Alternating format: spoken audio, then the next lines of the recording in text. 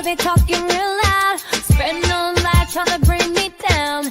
Enemies lurking, but I won't back away. Got a vision in my mind, I'm here to stay. Got my crew beside me, we rise like a tide. When the storm gets rough, we ain't gonna hide. Propaganda swilling, but it won't touch me. Only love around, that's how it's gonna be. Keep moving forward, never looking back. The truth's in the power, it's an unstoppable track. In the city lights where dreams collide, we hustle through the night, fire in our stride. Whispers in the dark can't dim my glow. With rhythm in my soul, I'm ready for the show. We break the chains, rewrite the rules in this concrete jungle where nobody's fools. Unity sings louder than the lies they scheme. In the heart of the struggle, we dare to dream. Keep moving forward, never looking back. The truth's in the power, it's an unstoppable track. Another Queen Ahmadiyyah production. Haze on the corner, they talking real loud, spreading on light, trying to bring me down. Enemies lurking, but I won't back away. Got a vision in my mind, I'm here to stay. Got my crew beside me, we rise like a tide. When the storm gets rough, we ain't gonna hide. Propaganda swilling, but it won't touch me. Only love around, that's how it's gonna be. Keep moving forward, never looking back. The truth's in the power, it's an unstoppable track. In the city lights where dreams collide, we hustle through the night, fire in our stride. Whispers in the dark can't dim my glow. With rhythm in my soul, I'm ready for the show. We break the chains, rewrite the rules in this concrete jungle where nobody's fools. Unity sings louder than the lies they scheme. In the heart of the struggle, we dare to dream. Keep moving forward, never looking back. The truth's in the power, it's an unstoppable track. Haze on the corner, they talking real loud, spreading on light, trying to bring me down. Enemies lurking, but I won't back away. Got a vision in my mind, I'm here to stay. Got my crew beside me, we rise like a tide. When the storm gets rough, we ain't gonna hide. Propaganda swilling, but it won't touch me. Only love around, that's how it's gonna be. Keep moving forward, never looking back. The truth's in the power, it's an unstoppable track. In the city lights where dreams.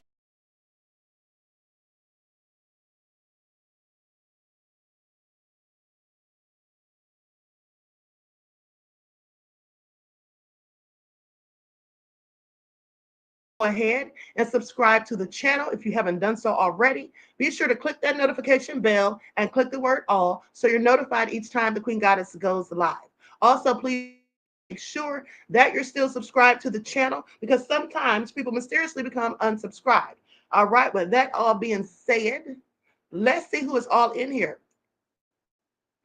Now, once in the chat, if you guys can hear me clearly, let me know if the audio is good. Can you guys hear me clearly? Once in the chat, please.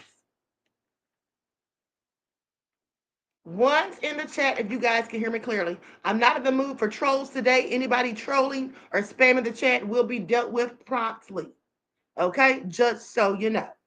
All right. Okay, so you all can hear it, so that's good. Okay, so now, shout out to everyone in the chat. Shout out to my loyal royals, and shout out to my moderators who put in work. Shout out to everyone tuned into the Queen. With that all being said, let's have a brief word from my sponsor at 12 Tribes before we get into it.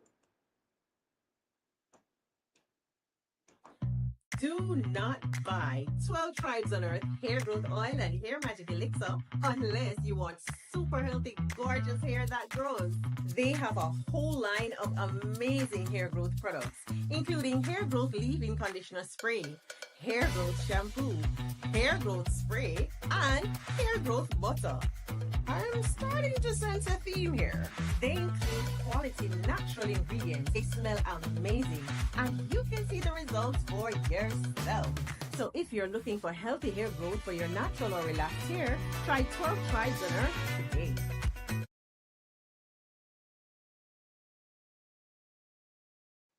Okay, so with that all being said, you can purchase 12 Tribe hair oils at Etsy.com. Just look for Lisa Crafts, and you can also find it at Walmart.com.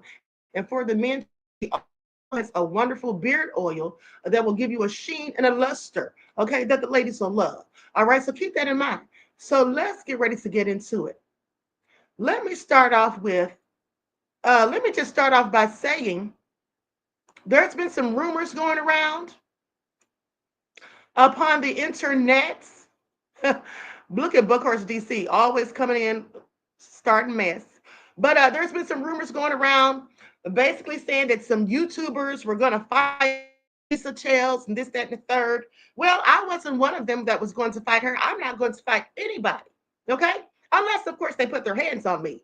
But the bottom line is, yes, there was a confrontation. Ratchet TV called Tisa Chels out for her lies. Now, I was there observing. Remember, I was on live when it all happened. I told you guys I was going to get the footage. But when she called him a broke ass ninja, well, that just set it off. So I just started going in on her too. And we already know the history between me and her when she said all this stuff about me unprovoked, because I had said nothing about her, didn't even know who she was. And in fact, had shouted her out when I did find out who she was. So, and even after she called me nasty names. So I just want you all to pay attention because, you know, her subscribers would love to say that people are hating on her. Her subscribers would say that people are hating on her. No one's hating on her. Tisa has told a myriad of lies during the trial. Okay. One of the lies she told, even after the trial and the verdict came in, she lied and said that Diddy's family was looking for her. She said that Christian or Justin was looking for her, saying, "Where is Tisa?" They were not looking for her. Why the hell would they be looking for her? She says these things to try to make herself bigger than she is, to make it seem like someone's out to get her. Okay? So I just find it all so crazy at the end of the day. That's what I find crazy. So here's the bottom line. Yes, Miss Sheila said her subscribers are a cult. Okay, Chocolate says I stopped watching her a long time ago, and that's why I stopped watching because she lies too much. Yes, she does, and she tells unnecessary lies, and she's in fact a pathological liar. Okay, now you all know how many times that I have done videos about her stealing my content, talking trash about me, and all of that, or whatever. So when I saw her there on the second day that I was there, because you all know that I came the third week. Now, I wasn't even going to say anything about this. I had already discussed this with my moderators weeks ago, but I wasn't going to address this or talk about it on live.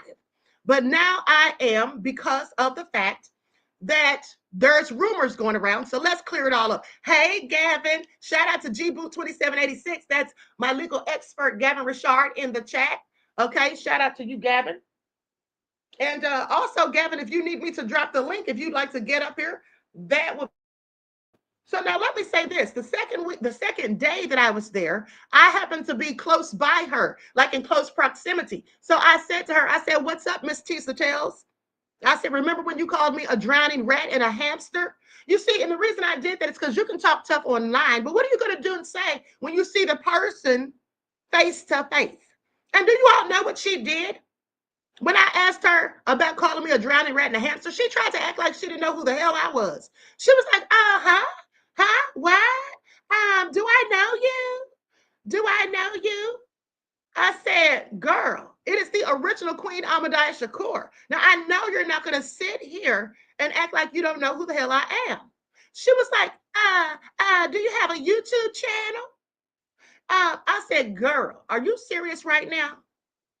She literally tried to act like she didn't know who I was, y'all, after we all know that she's talked trash about me and copied my content considerably.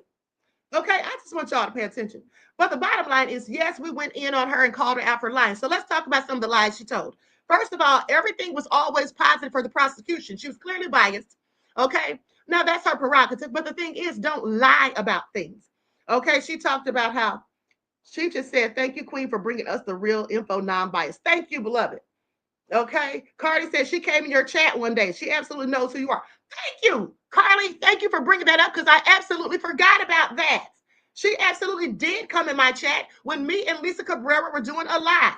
Thank you, because I completely forgot about that. But now she doesn't know who I am. You see how she's such a pathological liar.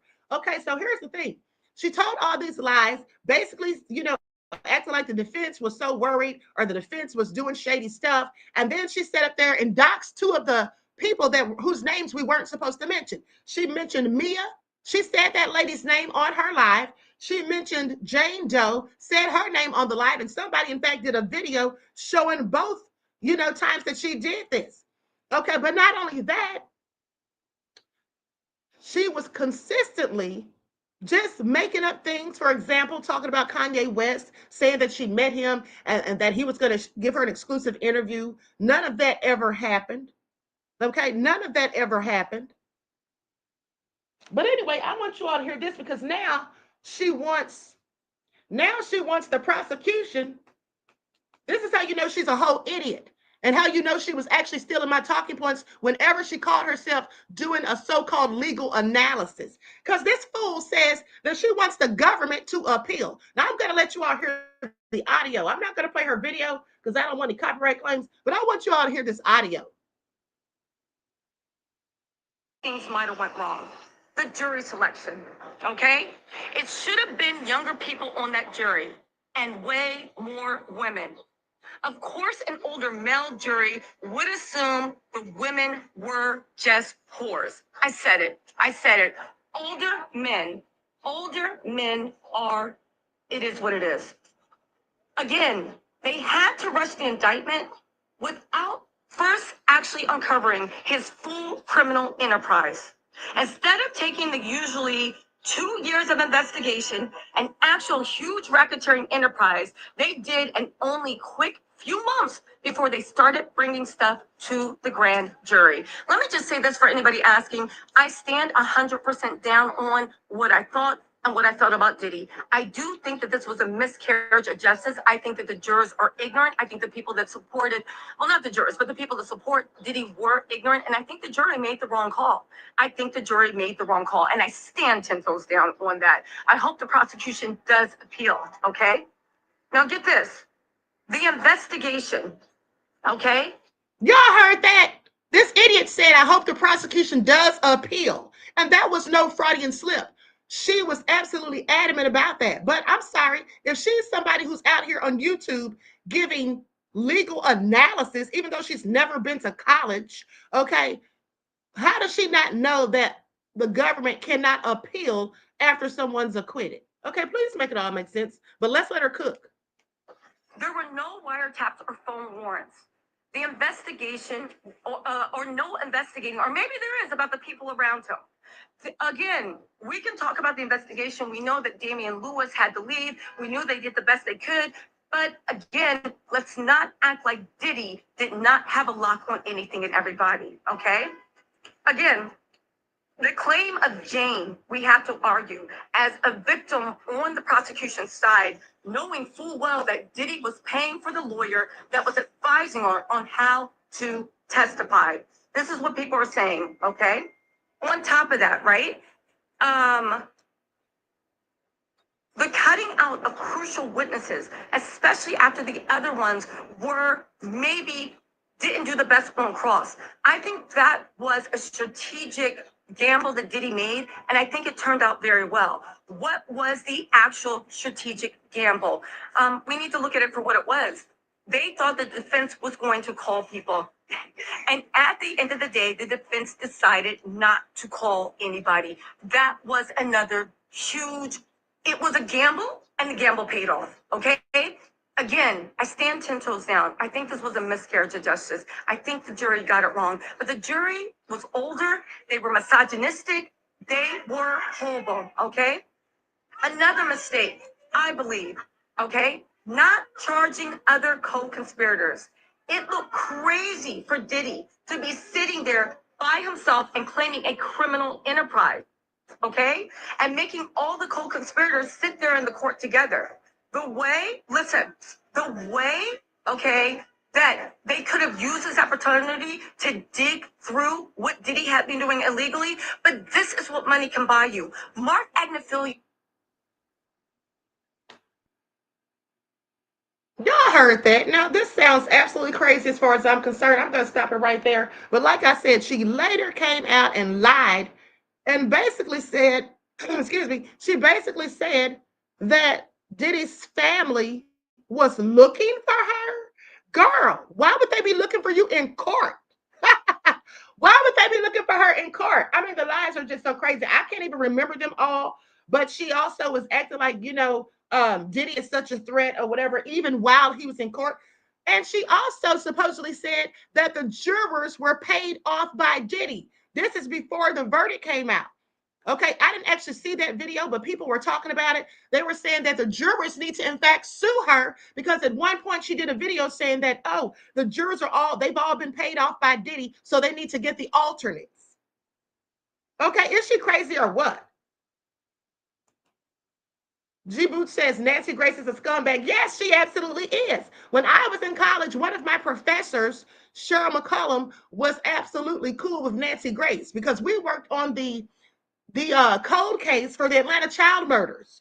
And Nancy Grace, we actually had some dealings with Nancy Grace because we went up to CNN and things like that. And my professor loves Nancy Grace. She's been on her show, my former professor. She loves Nancy Grace. She's been on her show several times. But Nancy Grace has always been just a scumbag to me and a liar who lies. And you know that Tisa's a liar when she goes on Nancy Grace, and Nancy Grace even asked her, did that really happen? Because she knew that it was a lie. Okay, I want y'all to pay attention. And then somebody told me, now I didn't watch this, so I can't confirm, but someone told me yesterday that now Nancy Grace was on her channel, on her show, talking about Diddy was the one who orchestrated people trying to attack Tisa Tales. First of all, Diddy didn't orchestrate anything. We did it of our own volition. And second of all, no one attacked her. We just called her out for lies. And then she got on her live and sat up there and painted a whole narrative and tried to play the victim like somebody's going to attack her. Like, girl, sit down somewhere, okay? I knew she was scary as hell when she couldn't even act like she knew who I was after she talked all that trash, okay? And then sitting there caping for lying ass Tyrone Blackburn, who got arrested for backing up into a process server. Okay, I want y'all to pay attention. With that all been said, let's continue. Jibu said Judge Brown spilled the beans on her with the OJ case. Exactly. Okay. Brenda said Tisa's giving me an angry escort. Okay. Now let's get into these receipts. Likes up, everyone, please like and share. Before we get into Cassie and the STDs, let me just remind you guys that if you all remember, Queen said, buy a wig, I was crying. Okay. Yeah, with that dry ass wig sitting in front of anybody in court. Nobody wanted to sit behind her. Nobody wanted to sit behind her in court, you guys, because that big bird nest of a wig was just too much and people couldn't see past it. Okay. And that's just the truth. Okay. So now, with that being said, I want you all to remember something. Before I went down there for the trial, I actually did a video where I told you guys how the government had said and requested that they did not want anyone to be able to mention, or the defense to be able to mention anything about Cassie and STDs. Do you all remember that? Once in the chat if you all remember that. Okay? Once in the chat if you all remember that. That she absolutely wanted the prosecution to let it be known that no one was supposed to pick up or say anything basically about STDs. And I told you guys, why would she request that unless she had an actual STD? I just had several questions, but now this man comes out and he says, and he's written a whole book, just so you know. But now he comes out and says that Cassie was a willing participant, okay, that she wasn't forced, and that she got pregnant by him and all this other stuff. But here's the thing. Let's talk about some other things they didn't want entered into evidence or spoken about during the trial. The prosecution didn't want anyone to speak about Kim Porter or to show any pictures of her because they didn't want any sympathy for Diddy or for anyone to feel bad that his children, if Diddy got a life sentence, would not have any parents. So they said not to say anything about that. They also didn't want them to be able to say anything about the fact that Diddy had gone to a battering rehab, which I didn't even know that they had. A battering rehab, right? For, someone who's been involved in domestic violence incidents or whatever, trying to get rehab so that he would be a better person and not be beating on women. So that in either. Now, don't you all find that interesting? Because it seems to me like the prosecution was getting they had the upper hand all along. And now that they have lost miserably and they had to go cry in the car, Tisa Tells wants us to think that, oh, they just, quickly, they had to get the indictment out too quickly rather than waiting for the 2 years like they would normally do to conduct the investigation. So now you want to make excuses because your team lost? I find that all interesting. Okay, I find that all interesting. So I'm going to read a few of these comments and then we're going to get into it. Tisa won the case because she kept leaking things on her live streams and the government kept giving her a pass. Exactly. And that's because they said the government was paying her. Now, it was told to me that the government has a budget for things such as this, for sending out or for having influencers or content creators who are going to paint their narrative and say things in their favor.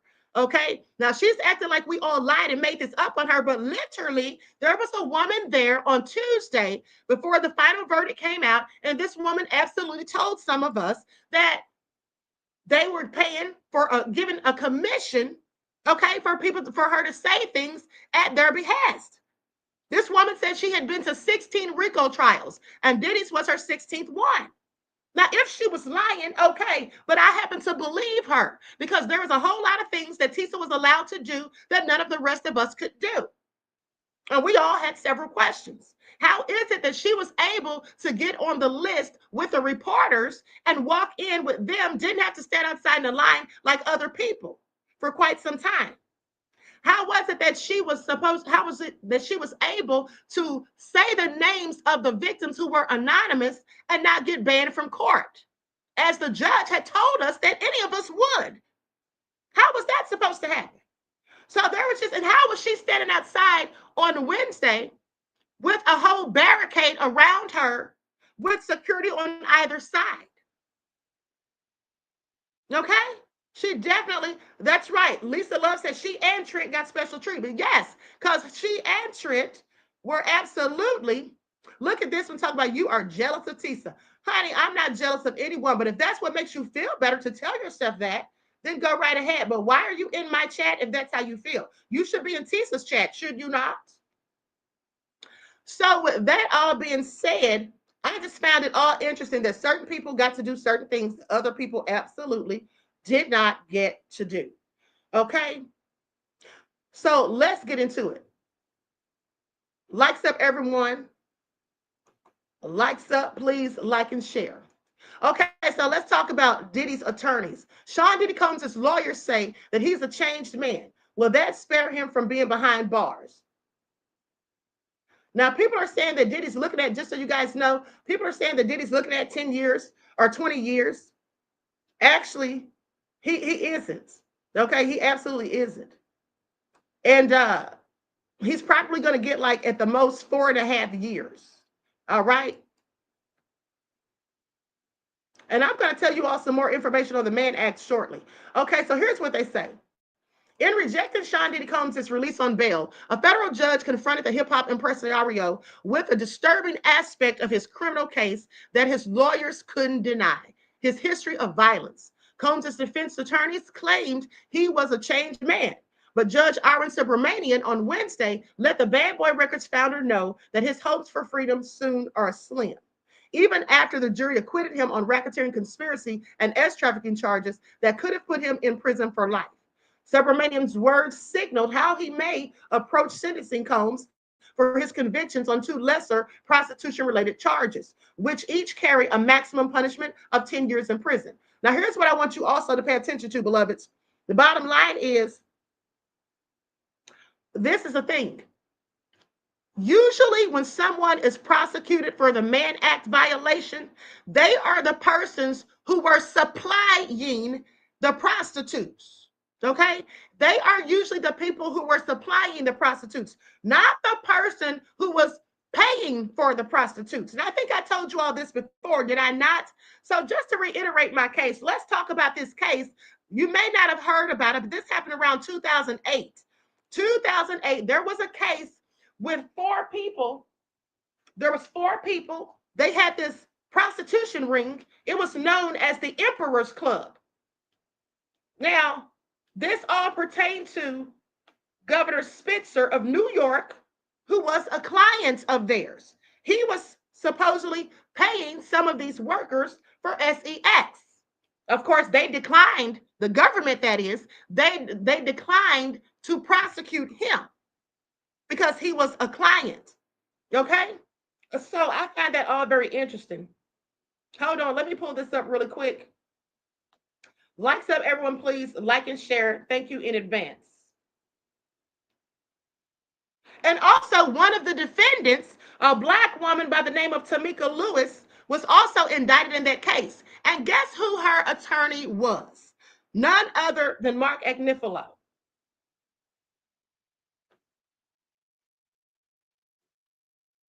Okay, so now with that all been said, hold on, guys. I'm going to finish this article and then I'm going to pull something up on the screen that I want to show you all. Okay, so the judge cited a now famous or infamous video of Combs beating a former girlfriend and photographs showing injuries to another ex-girlfriend, made clear that he plans to hold Combs accountable for the years of violence and bullying behavior that were exposed at his 8-week trial. Now, Combs' lawyers want less than the 21 to 27 months in prison that they believe the sentencing guidelines recommend. And this is what I was telling you all, that on each count, according to the sentencing guidelines and the fact that Diddy doesn't have any prior convictions, it showed us when we looked this all up that basically it should be about 11 months for each count. Now, of course, it's up to the judge, but that's what it was looking like. Okay, so goes on to say, prosecutors contend that the guidelines, when properly calculated to include Combs' crimes and violent history, call for at least 4 to 5 years in prison. After tentatively setting Combs' sentencing for October, the judge said that he's open to a defense request that it happen as soon as possible, with further discussions expected at a conference on Tuesday. Now, they say his violent past keeps him locked up for now. Combs' family and his defense team were overjoyed by the verdict, some of them tearing up at the result. Combs pumped his fist in celebration and mouthed the words "thank you" to the jurors. He hugged his lawyers, and after the jury exited, fell to his knees in prayer. But by the end of the day, Combs was deflated. His dream of going home after more than 9 months in jail, thwarted by a judge throwing his own lawyers' words back in their faces. "We own domestic violence. We own it," Judge Subramanian said, reading from a transcript of Combs' lawyers, Mark Agnifilo's closing argument to the jury last week. "If he was charged with domestic violence, we wouldn't all be here having a trial because he would have pled guilty, because he did that." The judge noted that the jury had seen a video of Combs viciously attacking then-girlfriend Cassie Ventura at a Los Angeles hotel in March of 2016. He also noted that another former girlfriend of Diddy's, a woman who testified under the pseudonym of Jane, was left with visible evidence of bruises and injuries after he hit her repeatedly in June of 2024. That was a few months after federal agents raided 2 of his homes, and when he should have known he had needed to stay clean. Now, the judge said that the beating, which Jane said happened before Combs was forced her to have an encounter with a male S worker, was part of the prostitution-related offenses, violations of the Federal Mann Act that resulted in a conviction, saying this highlights a disregard for the rule of law and the propensity for violence. Combs is working on himself. This is what his attorney said. Agnifilo, who asked the judge to release Combs on $1 million bond, insisted to Subramanian that Combs had changed dramatically in the last year. As he pleaded with the judge, Combs sat by his side and scribbled notes on a small piece of paper, occasionally handing them to his lawyer. The attorney said Jane had written a supportive note to Combs to get him into a domestic violence intervention program. At sentencing, he said, the defense plans to have someone from the program tell the judge how Combs did. He says he is a man who's in the process of working on himself. He's been a model prisoner. Agnifilo said that Combs had been given his life back by the jury and would be nothing short of a fool to do anything to spoil that. The prospect of a life sentence, the maximum if Combs were convicted of racketeering or S-trafficking, prompted all sorts of the darkest conversations one can imagine about what your life could have been and what your life became. This is what Agnifilo said. But Subramanian was unmoved by what Agnifilo called his heartstrings argument. Now, having conceded the defendant's propensity for violence in this way, it is impossible for the defendant to demonstrate by clear and convincing evidence that he poses no danger to any other person or the community. This is what the judge said. Prosecutors also want violence factored into sentencing. Agnifilo indicated the defense will argue at sentencing that Combs's violent acts are not part of the charges for which he was convicted and shouldn't factor into his punishment. Now, I want you all to pay attention. Now, to have it both ways. See, this is why I can rock with that. Like I told you guys, this isn't about Diddy. This was bigger than Diddy because the prosecution themselves, they want him to be held. They want basically the judge to factor in the domestic violence when he sentences him, but he wasn't charged with that, and nor was he convicted of it. Okay? So I just find that all very interesting. Now, Casey Prime says this case was odd. Diddy wasn't getting paid to do FOs, and he wasn't even selling the FO tapes that would benefit his enterprise to be considered a RICO. He was the one spending money, LOL. Exactly, beloved, and that's what I said from day one.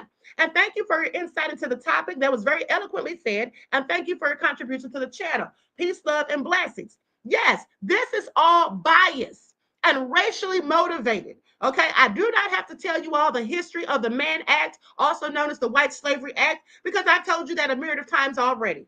Okay, and it's very interesting that the main people who are convicted under the Mann Act are Black men. Okay, now the people that were involved in the incident with the governor in 2008, the governor of New York, they were convicted of the Mann Act, but that was because they were running a whole prostitution ring. Okay? They were the ones running the prostitution ring. But as I told you, the governor who was going there to pay for services, which is what Diddy was doing with the S workers, paying for their services, well, that governor, they refused. They literally refused to prosecute him. Okay? And that man didn't look like Diddy, just so you know. So I want you all to pay attention. And also, Charlie Chaplin, the silent movie actor, for those of you who know who he was also charged with the Mann Act. Now, this was allegedly because of his political views. Okay, this was politically motivated when I did the research on it. But even with Charlie Chaplin dropping the charges or he was acquitted, one of the two. We know about Chuck Berry spending time in prison because of the Mann Act as well. So like I said, this is usually something that they use on Black men historically. G. Booth says Charlie Chaplin messed with teenagers. Right. But they basically were talking about his political, the only reason they really went after him, because did they really care that he was messing with those teenagers? I don't think they really did. And like I said, they really didn't even do anything. I think they ended up dropping it. Says all his wives were in their teens. Isn't that something? Just Anticipate said in Jack Johnson. Right, absolutely. Okay.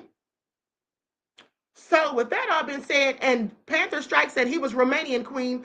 They looked at his race as well as Chuck Berry's. Absolutely. Gerald said Charlie Chaplin got off. Exactly, beloved. So with that all being said, I just want you all to pay attention how they target certain people, and that's just how that goes. Now, let's talk about Dante or Deontay.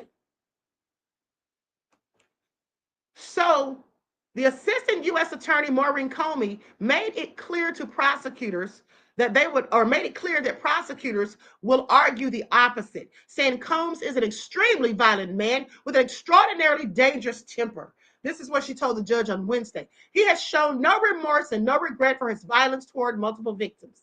Subramanian noted that Combs will be credited for the time he has already served, but by rejecting the bail, the judge indicated that he will likely reject a defense request for Combs to be freed in the next year.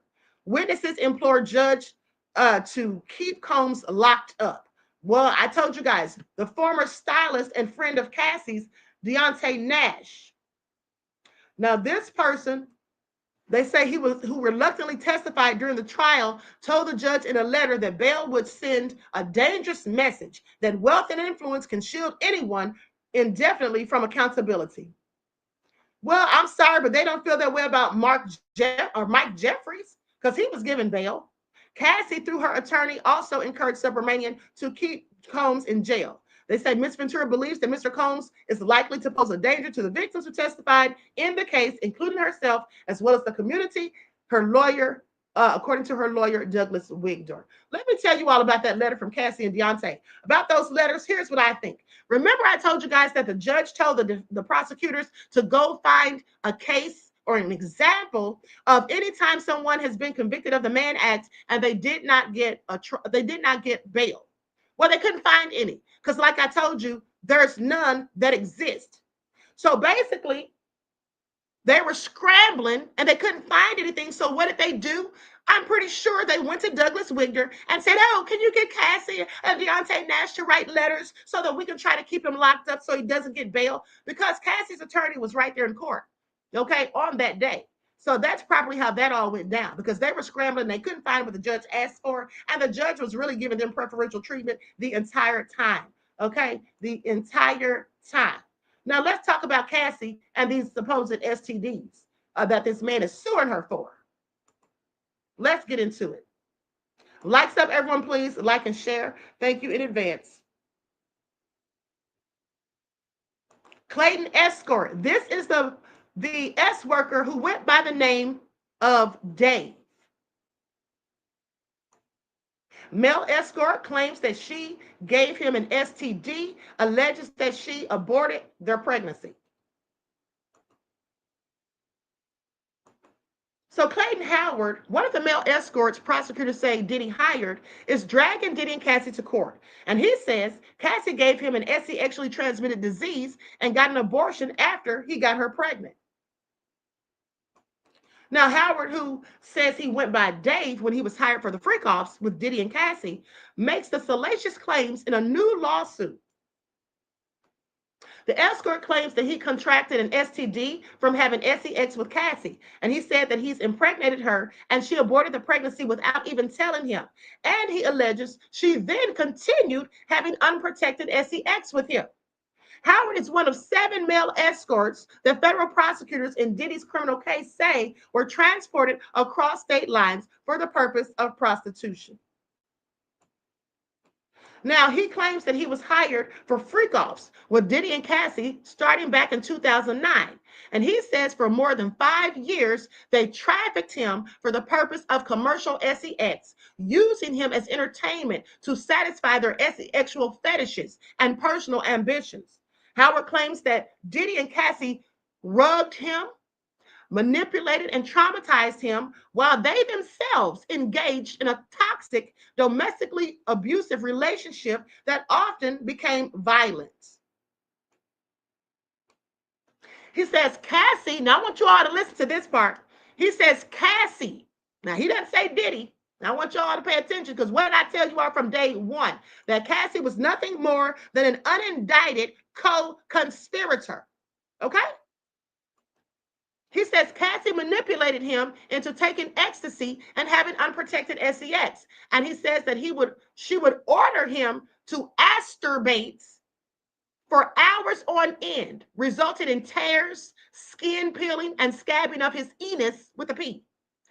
Howard claims his dealings with Diddy and Cassie left him with physical and psychological injury, lost wages and benefits, medical expenses, pain and suffering, emotional distress, and mental anguish, plus loss of enjoyment of life. He was not called as a witness, but was mentioned several times during testimony in Diddy's trial. A federal agent testified about Clayton's stay at a Four Seasons and a flight from New York City to LA, all paid for by Diddy. Now, Diddy was acquitted of the racketeering and trafficking, but was found guilty of transporting escorts across state lines for the purpose of prostitution. He was denied bail and remains in custody awaiting sentencing and is facing up to 20 years behind bars. Well, he's not facing 20 years.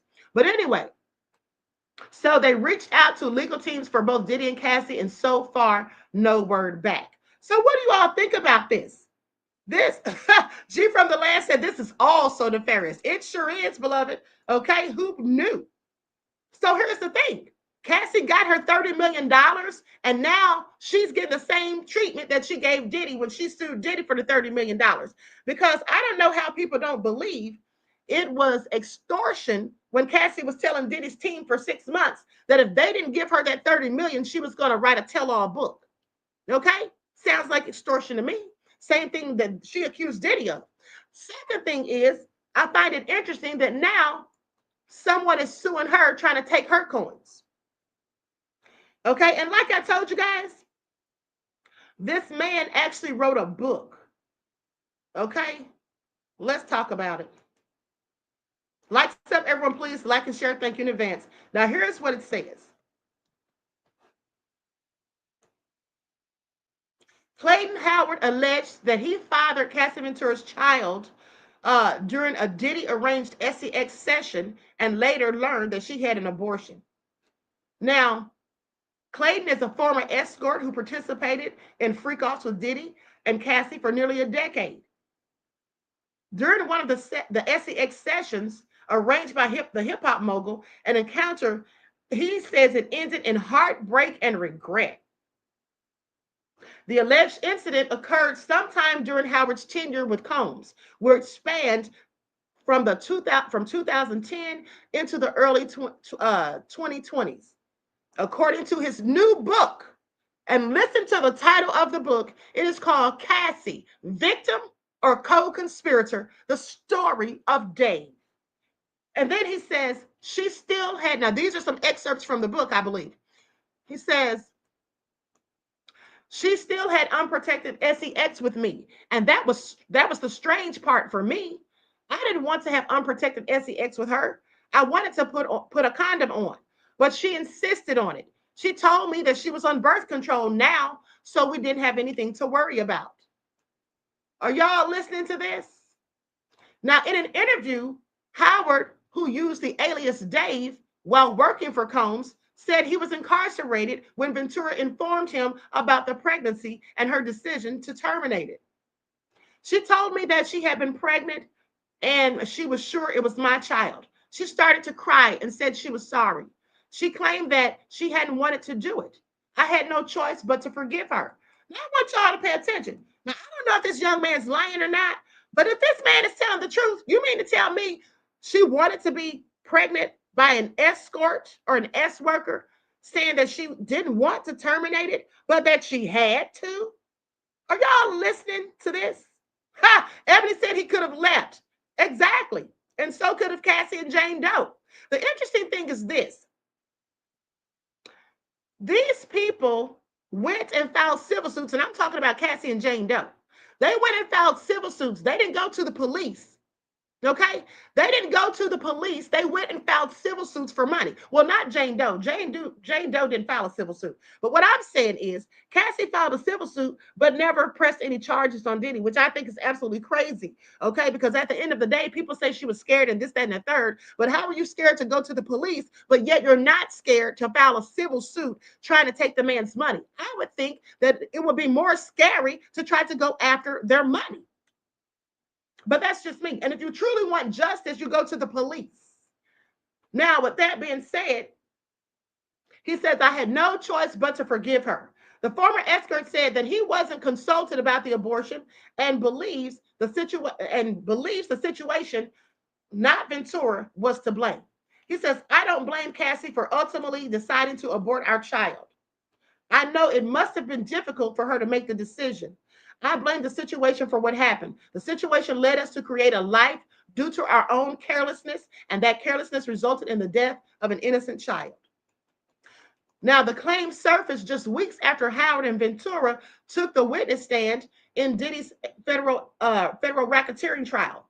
Howard testified that Diddy would often watch him having sex with Cassie while the disgraced mogul had clothes around his face. Not clothes around his face. And the possibility of pregnancy was something Diddy allegedly planned for. According to text messages, the mogul had to have Cialis, Plan B, and of course, baby oil on his hotel stand during freak-offs and Wild King nights. Ventura testified while visibly pregnant. During 4 days of testimony, Ventura described years of alleged abuse and coercion. So, what do y'all think about this? This man is a victim, you guys. Did you all hear what this man said happened to him? Now, my question is, Are these people who say that Cassie is clearly a victim and don't want her to take any accountability for actions that she herself put her, or a predicament that she put herself in, are they going to see this man as a victim? Are they going to see this man as a victim? I have questions. Because if you ask me, he's absolutely a victim. Okay? Now, hold on just a second. Let me see if I can find that interview. Because I really would like to see that. Hold on, beloveds.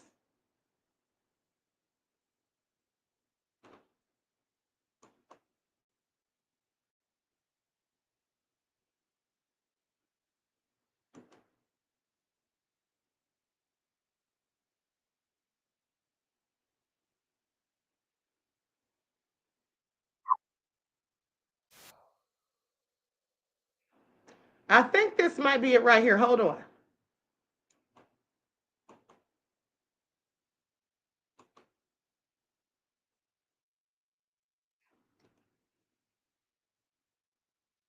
Okay, so I'm going to put an overlay on the screen. I'm going to put an overlay on the screen.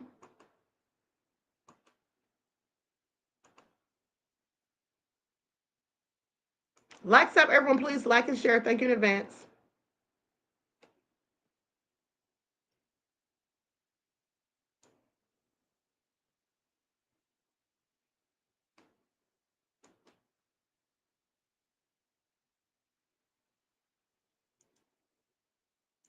Had unprotected sex with me, and that was a strange part for me. I didn't want to have unprotected sex with her. I wanted to put a condom on.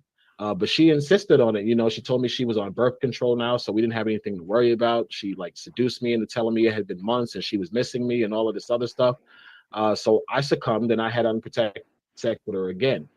But when I left, I remember thinking to myself, like, for her to just get pregnant and be crying and saying it was so traumatic to go back and do this again, I lost a lot of respect for her after that. And that's when I really started to look at her like maybe she was just a slut. And I don't mean that with any disrespect, but the truth is the truth. If a woman is willing to have such promiscuous sex with so many men, without any thought or any indication of getting pregnant, that's what she is. She's just a loose woman. She's a slut. And maybe that's what Cassie is in her heart. She's just a slut.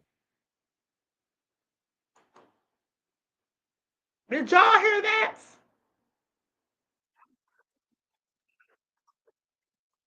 Did y'all hear that? First of all, that's the S worker. That's the S worker. Did y'all hear what he said? What do y'all make of this? What do y'all make of this? Absolutely egregious. Okay? Absolutely egregious. But hold on. Hold on just a second.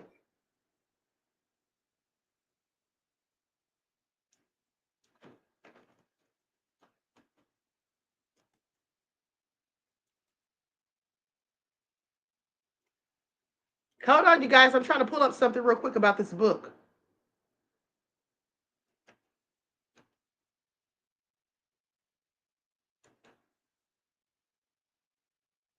Okay, so here's what it says. I'm going to share my screen. I'm buying this book. And then I'm going to purchase this book and then we're going to read it on live. Okay? Not going to do it today because I don't have time, but we're going to read this. Okay, can you all see that? So here's what it says. In a daring literary debut, Clayton Howard steps out from the shadows to share a deeply personal, hauntingly intimate account of his 8-year relationship with music industry icon Sean Diddy Combs and his girlfriend Cassandra Ventura, revealing a side of fame rarely seen and even more rarely spoken about.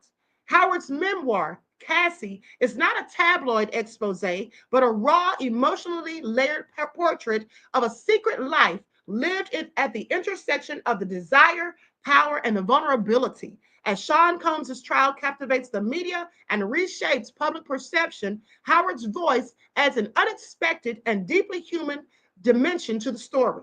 At the center of Cassie are the infamous freak-offs. carefully curated sexual encounters which defy conventional ideas of intimacy and control. Some moments are tender, others unsettling. A night spent tending to Cassie's rug overdose, and a terrifying experience being rugged by Diddy. These scenes are presented for shock value, but as part of an honest, I'm sorry, these scenes aren't presented for shock value, but as a part of an honest exploration. Through Howard's lens, Diddy and Cassie are revealed not as victim and villain, but as flawed, powerful individuals navigating a world they constructed and were ultimately consumed by. Cassie, far from a passive bystander, is portrayed as a complex force, engaging, initiating, and emotionally entangled in ways that defy easy classification. The story begins at the London Hotel in Manhattan in 2009.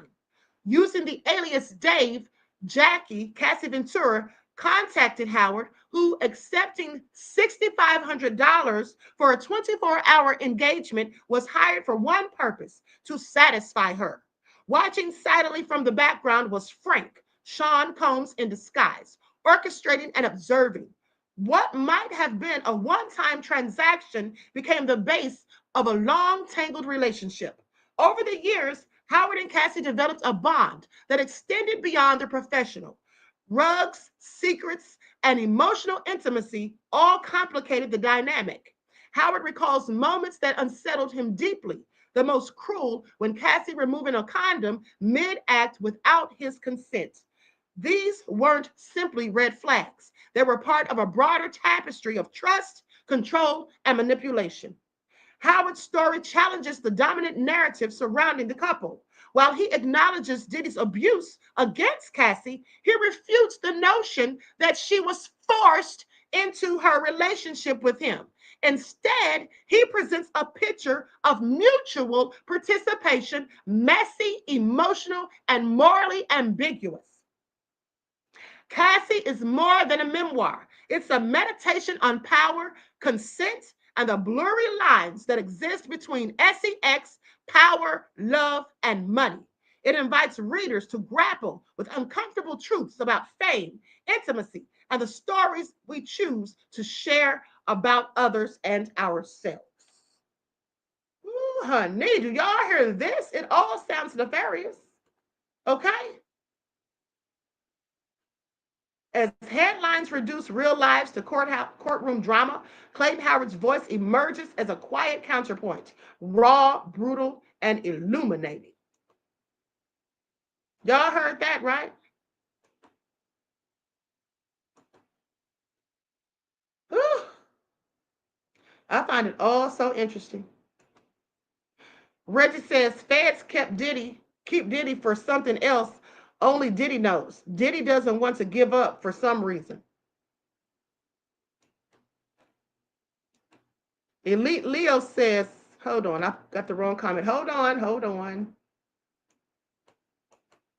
Says prosecution just used Cassie and Jane, played them both and didn't protect them. They've opened themselves up to being sued. Young Miami and Gina are smart as F for not taking the stand. Well, you see, here's the thing. How is Cassie going to weasel her way out of this lawsuit? Because the bottom line is she openly admitted in court to having relations with this man, Clayton Howard, aka Dave. All right. And so that being said, he's probably going to get some of that money. Okay. And I'm sure she didn't think about that while she was up there testifying. That now that she's got $30 million, 20 from Diddy, and another 10 from the hotel, I find it all interesting. So now somebody's coming for those coins. Cheryl said Cassie should have kept her money secret. Not all lawsuits are public. Exactly. Just Anticipate says, Queen, have you heard about the Edmund Lawrence lawsuit? No, but I will definitely look it up, beloved. Thank you for that tidbit of information. Now let's go to this interview with one of the alternate jurors. Now, I'm not going to play the entire thing, perhaps. Then again, I might, if you all want me to. But it's actually, I think, about almost 20 minutes. So I don't know if you guys have seen this. Once in the chat if you have seen this already.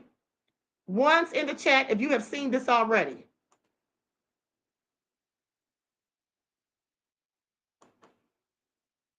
How many of you have seen this video? Just anticipate that it's juicy. Okay?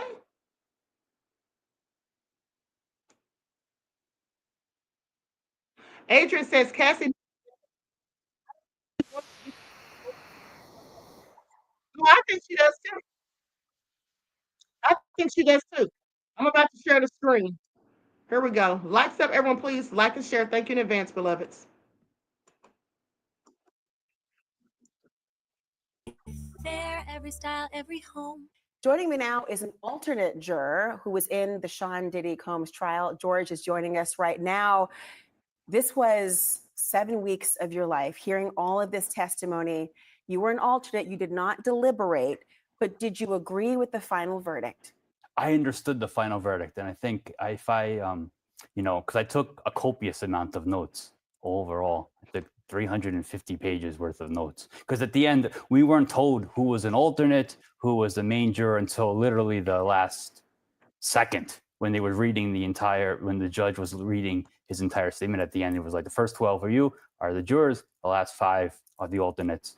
So we didn't know, even in the jury room, no one treated everyone, we were equal because we didn't know who was who.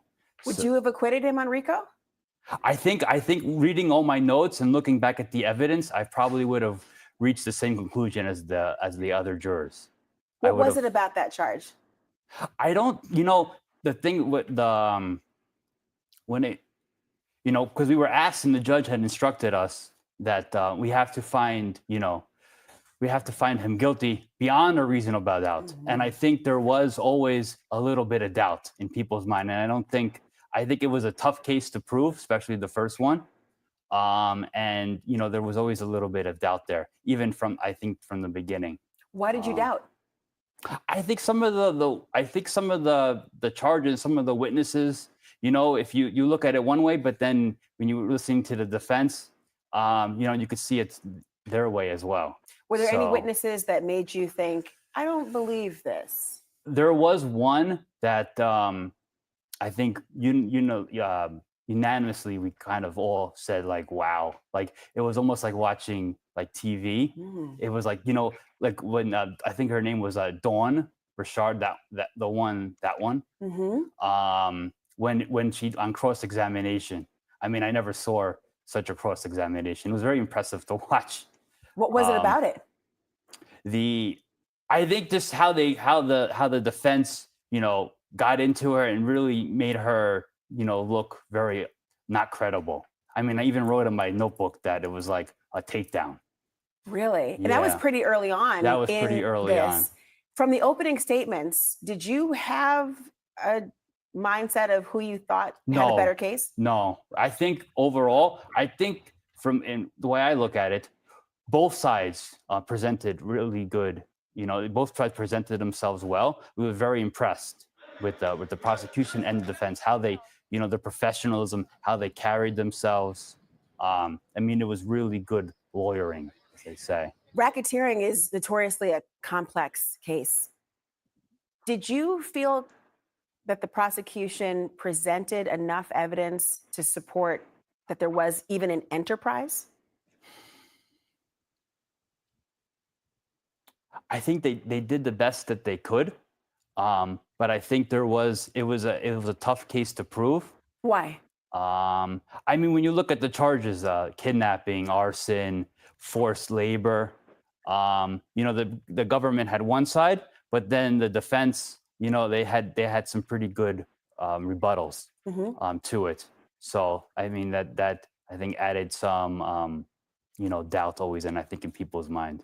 You didn't hear from some of the people the government said were co-conspirators, like employees, like Christina Karam, for example, or D-Rock. Yeah. Did that affect your thoughts about the case? I don't think so. No. Would you have wanted to hear from them? We always thought that maybe we would hear from them, but maybe we also understood maybe why they wouldn't be called. Why? Because maybe they didn't want to testify, or they wouldn't really be proving the case, or maybe it would be not advantageous to be called. So, but honestly, we were just waiting till the end, until when the judge gave his instructions and how to interpret the law. Because I think everyone really didn't have anything made up, their mind made up, or in any way. It was really, everyone was waiting to see how the definitions and how everything was going to be interpreted, and what they were to be looked at. Exactly. So important. Yeah. Talk to me about the sex trafficking cases, because of court charges. Obviously, Cassie Ventura testified visibly pregnant for days. Yes. How did her testimony impact you in your understanding of the case? It did. I listened. We listened very intently. It was, I think, 5 days or whatever of thing, and it was very riveting. And it was very riveting testimony, and very credible testimony. You believed her. I mean, I think we did. I think we did. I mean, she wouldn't have done all this just to come up there and lie about everything. So no, I don't think even the defense didn't come out and say or anything like that. Did the money that they talked about in terms of a civil settlement she received, did that color her testimony for you at all? I don't think so, no. I don't think so, no. Did you look at the defendant, Diddy Combs, differently after her testimony? No, I didn't really look at him too much. I mean, I always looked at him because my point of view was just literally at him. Like some people were on the side, but I was more in the corner. So I was always staring at him. But I don't think he was mostly just very composed and talking with his lawyers, and very in control, it seemed like. Because I think I'm not really familiar too much with cases, and I don't really follow cases in court, so I don't know how defendants usually act. But sometimes what I've heard in from the news is that some defendants, they just sit very stoically. They don't interact with their lawyers. They just let their lawyers talk and go. But he was very talking with them, writing notes, doing that. So you could tell that he was he was fighting for himself. You saw some very graphic images, videos. You heard very sexual and Let me just pause for a moment, you guys, and read a couple of the comments. Elite Leo says, Cuddy's testimony actually helped Diddy, in my opinion. Cuddy wasn't home, so he didn't actually know. He went by what he was told. Hearsay. Cuddy also said on the stand that Cassie played him and Diddy. You're absolutely right, beloved. I have to absolutely agree. Okay? His testimony really did not help the prosecution. The prosecution absolutely did not prove their case. Okay? They did not prove their case. And then someone asked about KK. Well, KK, in my opinion, was not called to testify for the prosecution because I'm sure they feared what she would say. I don't think she would ever have rolled on Diddy, and she would have probably been considered a hostile witness and may have, in fact, gotten up there and said something to further damage their case, because they did a lot of damage to the case themselves. And if you all remember, when I was reporting on this before the trial even started, I told you all that the feds had done a myriad of foolish things and had a lot of fumbles that I told you they were going to pay for in the long run. Once in the chat, if you remember me telling you all that a myriad of times, once in the chat, if you all remember me telling you about all of the mistakes and fumbles that the feds were making. I mean, some of the stuff they were doing was so ridiculous. I was at one point asking, are they doing this ish on purpose? You all remember that? Now, here's what I will say. I do believe that Cassie and Jane Doe were victims of domestic violence. But for the other things, specifically the freak-offs, I think that they were complicit. They were talking to these men even when Diddy wasn't around, supposedly having relations with them even when Diddy wasn't around. Jane admitted that she had relations or had a freak-off with another rapper. This man, Clayton Howard, aka Dave, says that Cassie was talking to him about the abortion and how she didn't want to do it. So they were having private conversations. And then after you get impregnated by this man and you get rid of it, why would you want to continue having unprotected relations with him? Okay? I just find this all interesting. And another thing, like I said, the main reason that I flipped, because I was all against Diddy from day one, I was going hard in the paint against Diddy. The main reason I flipped was when I got there, as I told you guys, and saw the bias that was going on. When I saw how the judge seemed to be biased for the prosecution, in my opinion, when I saw how the prosecution was sitting up there telling blatant lies. Okay? I just saw a six-pack of white women trying to take down a black man, specifically because he was black. That was my opinion. A black man with money and power. Now, at the end of the day, I also started thinking about how certain other people with the complexion for the protection are never going to see a day in court because of any of this. What about all those times Hugh Hefner took women, young women, across state lines? Nobody ever sued, indicted. Nobody ever did any of that to Hugh Hefner. They deem him as a whole hero. And also, as I told you guys, even for the Mann Act, I don't think Diddy should even have been charged or convicted for that. I don't think he should have been convicted of the Mann Act because, for one, he was not the one supplying those escorts. He was the one paying them. And I told you all that from day one. I said, how is that even possible when he was paying for the service? He wasn't receiving any monetary compensation.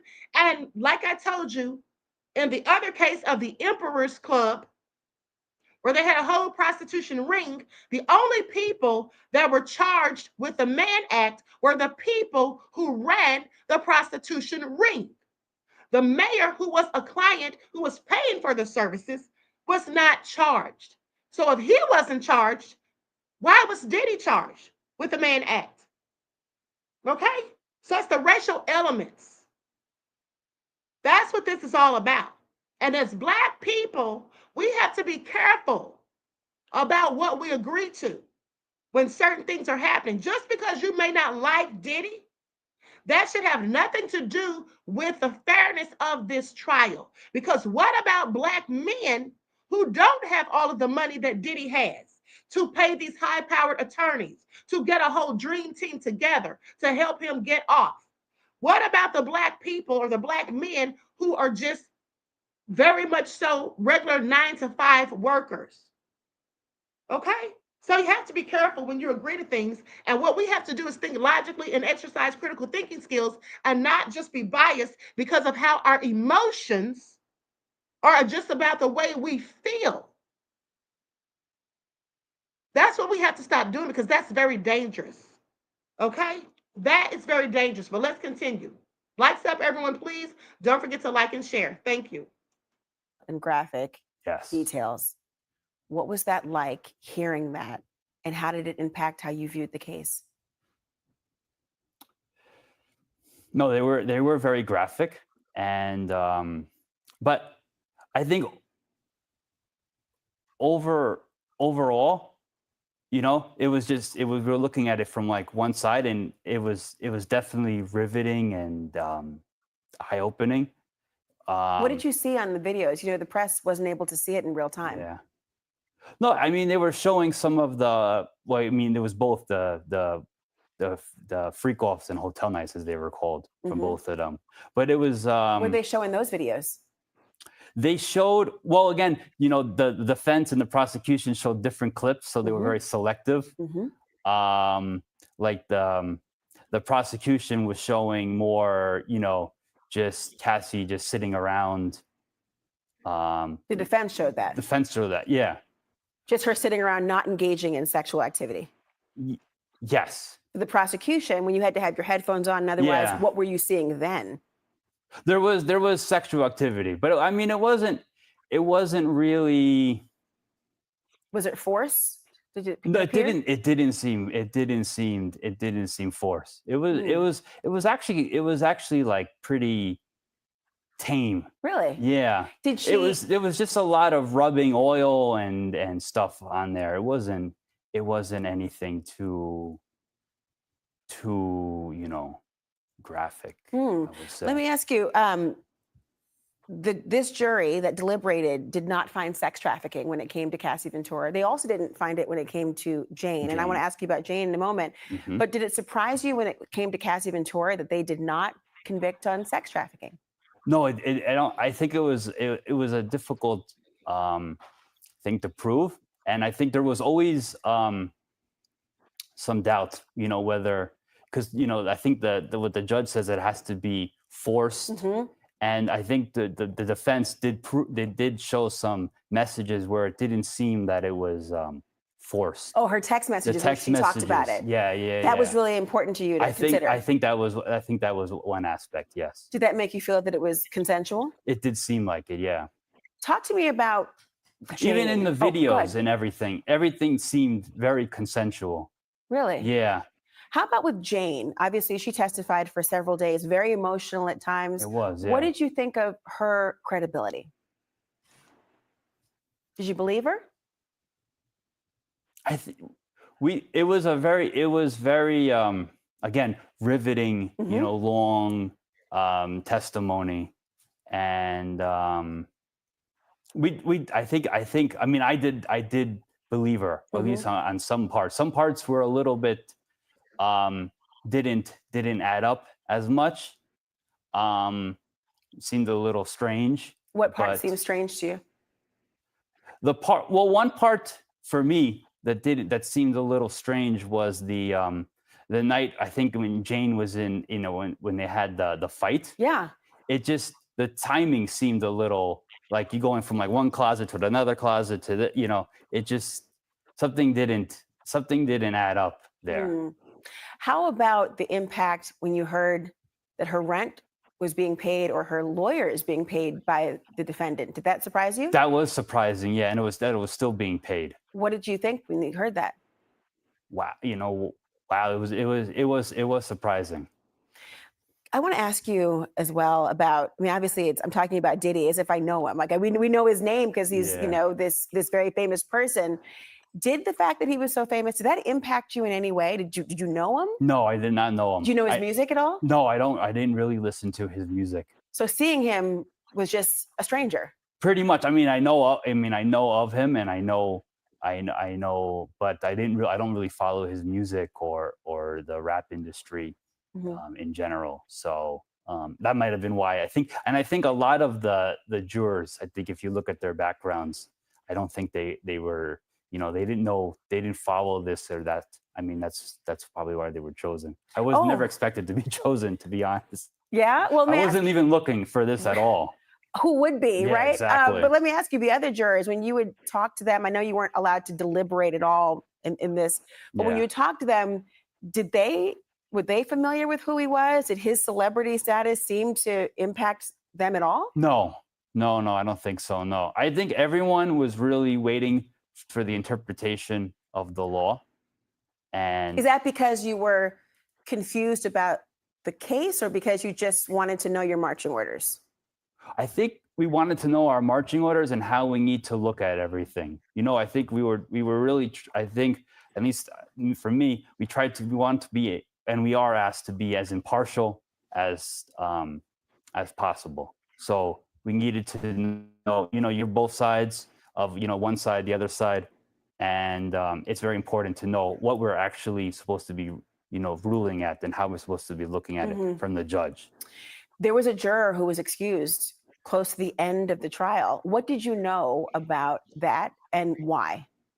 We weren't told, what happened. I think someone had mentioned that it was, I think he lied about where he was from or something like that. But really we were kind of kept in like isolation from like the whole day, not really told much, told to not, follow any news or turn off everything. Don't talk to anyone. Don't talk among yourselves about the case, which we followed. We really followed the judge's instructions. At least I did too. So I when can that only speak for person, myself. yeah, most of well, the time. when that person was no longer in the chair after seeing them there for 7 weeks on end, or however many weeks it was in at that point, did you think it was odd? Did you have concerns? No. I mean, that's why they have they call 18 people, because then they knew it was a long case, and there's probably going to be someone's going to get sick or someone's going to drop out. So that's why. So Would you have wanted to hear Diddy testify? Would it have made a difference to you? I don't think so. No, I don't think so. It wouldn't have made a difference because it wouldn't have added to your understanding, or because you'd heard enough? I think we heard enough. I don't know if it would have helped or hindered. I haven't really thought about that as much. Yeah. But I think it was really helpful, again, in the end, at least for what we were looking forward to. What I was looking forward to the most was just the 61-page judge instructions of how we're supposed to be charged the law. They did find him guilty of those transportation to engage in prostitution charges.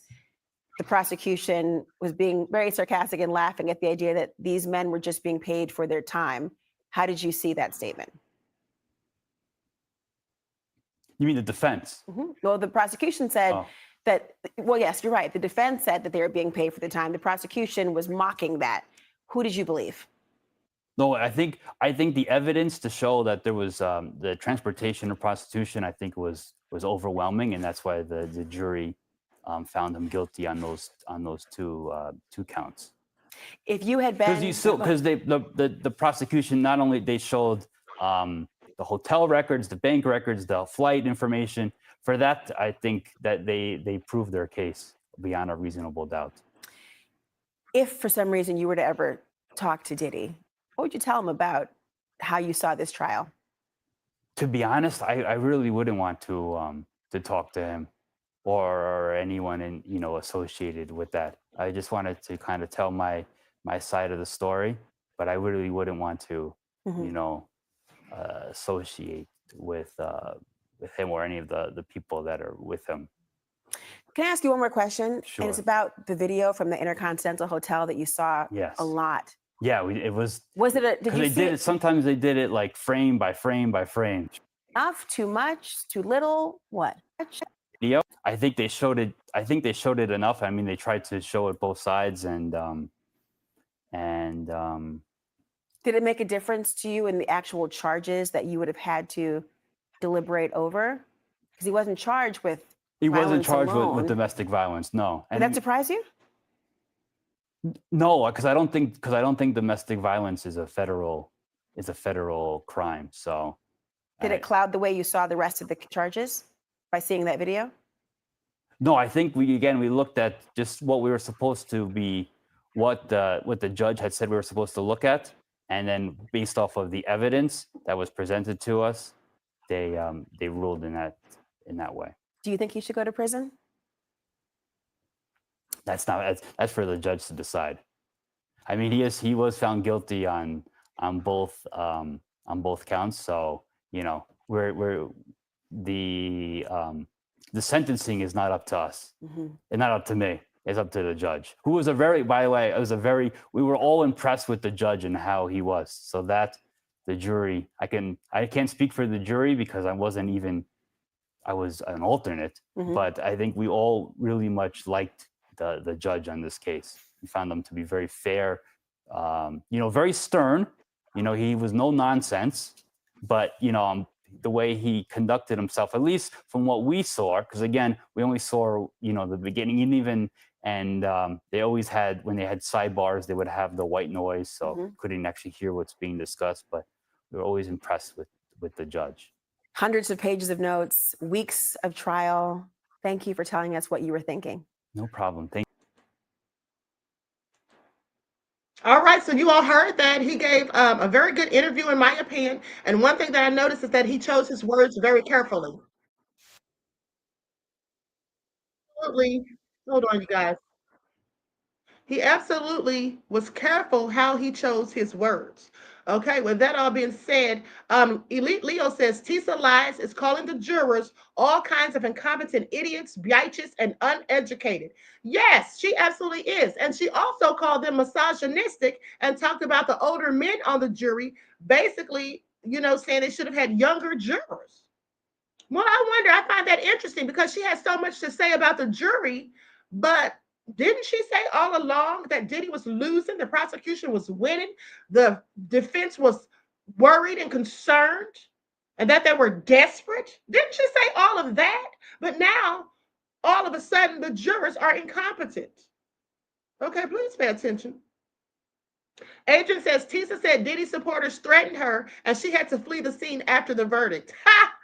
Is that what she said? I find it all so interesting. Well, I didn't threaten her. I just told her the truth about herself, that she's a liar who lies and always has been. And for anyone who wants to gaslight and deflect any of her little idiotic supporters who believe the lies that she tells and who clearly don't have critical thinking skills or exercise common sense and logic because they believe the bullshit.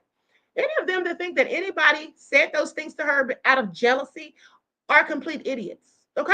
Complete idiots. At the end of the day, the truth is the truth, and she is a whole liar. Like I told you guys, she was still lying even after the final verdict. Lying, saying that Diddy's family was looking for her at court, saying that his son Christian or Justin, one of them, came running out saying, "Where's Tisa?" I want you all to think about how ignorant that is. At the end of the day, if your father just beat a life sentence, are you really going to be concerned about a YouTuber? That's the first thing you're going to think about is a YouTuber? Please make it all make sense. Agent says Tisa told Nancy Grace that she was in the car during the interview because Diddy supporters were after her. Nobody was after her. She's always trying to paint the narrative, trying to make herself the victim. People, in fact, just told her that she was a liar who lies. You all know what I did because I was on live when I did it. You all heard everything that I said to her. Not one time did I threaten her. I just called her wig. Okay? Eric says, Queen, you had a video, no one trying to holler at Tisa wig. Okay? Thank you. The Lounge says Tisa is a liar. She is very immature. She acts like she's a 13-year-old little girl. Yes, she does. And now she's mad and throwing a temper tantrum. And the reason she was in the car during the interview is because she went to go cry in the car. Okay? After she didn't get what she wanted. Roro says, yes, Queen, you did say wig. I sure did. Okay, now with that all been said, Nicole says, I have to head to a meeting, but thank you for encouraging me to speak up. It's made a difference in my life as well.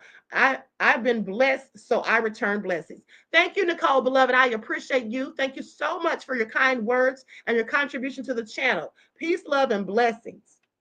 Okay, so with that all being said, beloveds, I love you all to life. I appreciate each and every last one of you. Without you, there is no me. For the haters and the trolls who are mad, who don't like my stance, that's fine. But when you come over here talking crazy and being rude or disrespectful, you're just going to get blocked.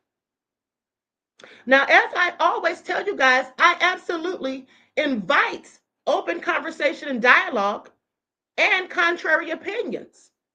You don't have to agree with what I say, but the bottom line is there's no need to come in here being disrespectful, because the whole thing of it is, if someone is out here just telling lies and painting a false narrative, they need to be called out on it, okay?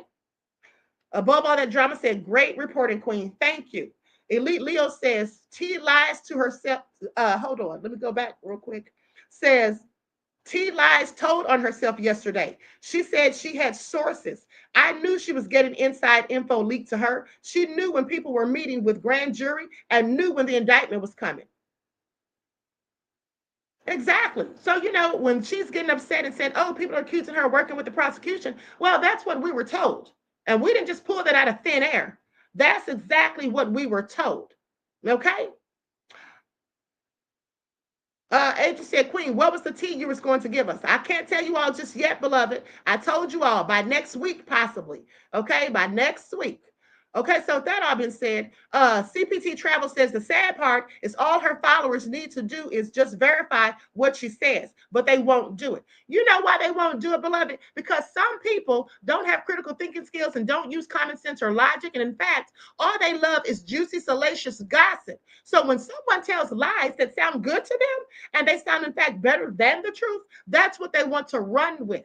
They don't want to call her out for doxing both of the victims. They want to make excuses. And then they just want to go in on anyone who calls her out or tries to hold her accountable for the lies that she's told. And I want you all to think about something. If you know anything about government propaganda, you see the lamestream media, as I call them, have always used the media. The government has always been able to use the media to paint false and fictitious narratives and to just tell lies. Okay, I want you all to pay attention. With that being said, you don't think that the government hires certain content creators to spew their narrative, pays them to go out there and say things that are absolutely not true just to have everything on their side in the court of public opinion? Okay, and so with that all being said, I'm about to get out of here. Vibes with Meek says, yes, her followers are like drones. I used to watch her until I realized she was biased. Exactly. Okay, Wisconsin said, Queen, you make us dark-skinned women look jealous and bullies of light-skinned women. I'm sorry if you feel that way, beloved, but as far as I'm concerned, I wasn't bullying anybody. You see, the fact of the matter is, see, Wisconsin, if you don't know, let me just remind you, because I did say this in the video, but maybe you have selective hearing and only heard what you wanted to hear. Tisa Tales called me a dark-skinned woman with locks in my hair. She said that I looked like a drowning rat and a hamster. Now, if you are a dark-skinned woman, as you say, then you should also be offended by that. Okay? Because why would she say that I look like a drowning rat and a hamster? Well, I'm so glad you asked, because I have long locks. She was likening my hair and the darkness of my skin to a rodent. So I had every right to confront her about her lies and about what she said. And that's just what I did. And you know what she told me when I confronted her? She pretended she didn't know who the hell I was. And then when I pressed her further, I said, so you never said anything about me looking like a drowning rat and a hamster? And y'all know she said it because I played the damn audio for you guys. Okay, see, Wisconsin, clearly you're not a regular member in my chat, so you probably missed it. But at the end of the day, when I pressed her about it, she then says, oh, well, I did say that, but I wasn't talking about you. I was talking about another YouTuber. As a matter of fact, it was a guy. She's so full of it. And for anybody that thinks I'm jealous, how many times have I told you all? Once in the chat, haven't I told you all that in fact Tisa is a beautiful young lady? Have I not ever shouted her out? I have shouted her out. I have shouted her out. And I have said that she is beautiful, but she has a nasty attitude. And if you ask me, Tisa's the one who's jealous. Okay? Maria said it's not about complexion. Tisa hates all of us Black people. She really does not like Black people. Okay? And I want you all to know that. Please pay attention. Please pay attention. Now, with that being said, see, Wisconsin says, I've never associated rodents with my dark skin or locks. Well, you obviously don't like her. That's your choice. Well, it is my choice. But why would I like somebody that's likened me to a rat or a hamster? Can you make that make sense? Would you like someone who said that about you? And you can sit there and cape for her all you want, but why are you in my chat? Because you sound idiotic, beloved. Now, deuces, I'll do you a favor and block you. Okay? Chris says, Tisa said that. Is she a colorist? Well, to me, she is. And yes, she said it. I have the video to prove it. I played it on my live. I don't have to make up anything about this woman. Okay? Gravedigger said she's an old school wig wearer. I agree. I agree. Now, with that all being said, Brina says beauty outside does not always equal beauty inside. Exactly. Okay, it definitely doesn't. It definitely doesn't. And she is a beautiful girl. And like I said, I have shouted her out. So I don't know why anyone would ever think that I'm jealous of her. If I was jealous of her, I would never say anything nice about her. But I can guarantee you she's never said anything nice about me, and that's just the facts. Sunset Night said Tisa called the jurors idiots, and I knew she was unhinged at that moment. Right. She's mad at them because the prosecution couldn't prove their damn case. Please make it all make sense. Please make it all make sense. Ebony Knowledge says someone else says she doesn't like black people or is a colorist. Is that really real? It absolutely is really real. It absolutely is really real. Monty says Tisa has some dumb ass idiotic subscribers. Well, I have to agree. Okay, I have to absolutely agree.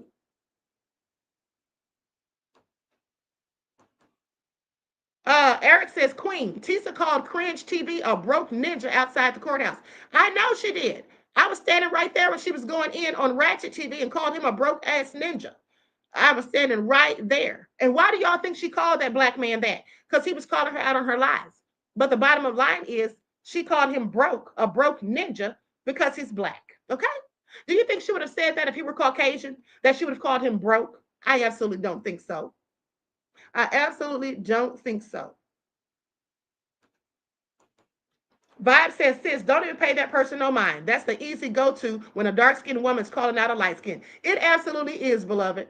Okay, it absolutely is. So listen, I want to thank you guys for tuning in. I love you all to life. Listen, don't forget there's going to be a panel discussion coming next week. I'm going to have several people on that were actually there inside the court. Okay. And with that all being said, Vibes with Meek says Tisa looks biracial. She is biracial, but she'll lie when people call her out on it because her mom's a whole Karen from what I heard. And when people call her out, she lies and says, oh, my parents, I have 4 black grandparents and my parents are both black. In fact, they're as black as the ace of spades. Black as the ace of spades, Tisa? Well, then why do you look the way you look? If both your parents are as black as the ace of spades, like miss me with it. Okay. I mean, she's just a liar that keeps on lying. Penny Proud says, I don't like the way she was speaking on the jurors, calling them ignorant. I don't like that either. It's absolutely nefarious. Okay. Elite Leo says she's most definitely a Karen. Yes. You all don't think that was Karen behavior when she went and turned around and called that black man a broke ass ninja and then tried to act like everybody's going to fight her? Girl, nobody wants to fight you. I just called you out for your BS. I didn't say anything about throwing hands. Okay. I wouldn't fight her anyway because she's a whole coward as big as she is. Okay, she's damn near 6 feet tall, way bigger than I am. And I'm not going to sit there and try to fight somebody who, when I confronted them about words they said about me, they pretended they didn't even know who I was. Okay, but they were in my chat. She was literally in my chat one day. But you don't know who I am all of a sudden. Girl, sit down. The Hood really says, I don't see Tisa speaking on no bloggers, but I see everyone else blogging on her. Maybe it's because Tisa has the most subscribers. My question is, how did Diddy made you biased though? My question is, how did Diddy made you biased though? What do you mean? How did he make me biased? I'm confused. The Hood Reeler, I'll say this. You can think whatever you want. You said you didn't see her speaking on bloggers. Go look at her video that she did on Wednesday. She was speaking on bloggers. She absolutely was. And you know for a fact, because you've been following me for a while now and always been in my chat, and you know for a fact that she's copied my content and that she called me or said I look like a drowning rat and a hamster. You know that. But the Hood Reeler is mad, so I'll just block you so you can go follow Tisa now since your butt hurt and been out of shape. The Hood Reeler is upset, you guys, because I flipped. That's what that is. The Hood Reeler left me a comment days ago saying, oh, Queen, you flipped. Now you're for Diddy. I didn't say I was for Diddy. I said I was for truth and justice. And when I see racism being played out in the courtroom, I'm going to have to absolutely call it out. Now, Penny Proud said Tisa called bloggers who didn't agree with her dumb. Thank you. But he wants us to think that she hasn't said anything and people are mad because she has so many subscribers. Yeah, well, you keep thinking that, the Hood Reeler, okay? And have a good day while you're doing it. Now, with that all being said, I love you all to life. I hope you all enjoyed the broadcast. I will see you all in the next broadcast. I won't be going live tomorrow, possibly Sunday, because I'll be going home Sunday, okay? I'm going to be leaving New York Sunday, folks, all right? Most hated bronze flap her guy said Tisa last had a temper tantrum. LOL. She absolutely did. Cece said Tisa wanted a YouTube conviction. That's exactly what she wanted. And when she didn't get her way, she went and made up more lies, acting like that man's family's out there threatening her or looking for her. For what? Okay? Ladybug says Queen is for truth and justice, period. Exactly. Thank you, beloved. Okay, and also, speaking of truth and justice, listen, you guys, you all know that August is coming up. You know that every year I do something to commemorate Black August and the political prisoners that are still behind bars for social injustices and trumped up charges. So please make sure you tune in for that. That's going to be coming next month, and you all make sure you remember that so you can tune in. Okay? We the people said, great broadcast, Queen. Glad to see you had a safe trip. I'm not home yet, beloved, but I will be there Sunday evening, okay? And I will likely go live. That being said, I love you all to life. I hope you enjoy the rest of this beautiful day. Each one teach one. That's how we grow and thrive. Do something productive, constructive, but never destructive. And always remember, beloveds, to keep the Most High first in your lives. Until next time, peace.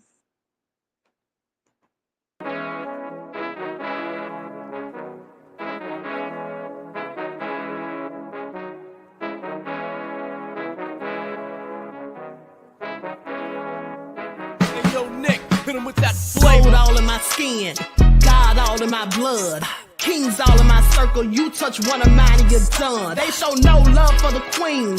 Why you hating on me? Is it cause I'm free and I got Malcolm X in my jeans? I got dreams like King Luther, shed blood like Kunta. You ain't helping my people, I ain't got nothing to say to ya. I want all the smoke like hookah. Talking reparations, America won't be great until they give us compensation. I'm like, I'm the hottest right now.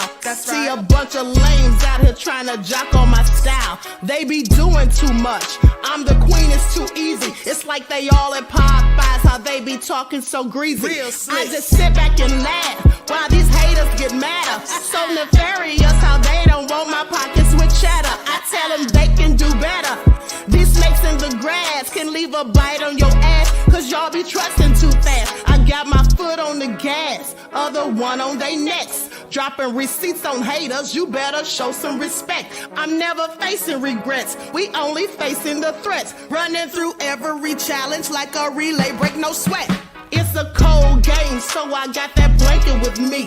Now that my people awaken, ain't no going to sleep. I do not play by my piece, this time I'm playing for keeps. You talking slick, but when I see you like them ends, we gon' meet. And I got gold all in my skin, God all in my blood, kings all in my circle. You touch one of mine and you done. They show no love for the queen. Why they hating on me? Is it cause I'm free and I got Malcolm X in my jeans and I got gold all in my skin, God all in my blood, kings all in my circle. You touch one of mine and you done. They show no love for the queen. Why they hating on me? Is it cause I'm free and I got Malcolm X in my jeans and I got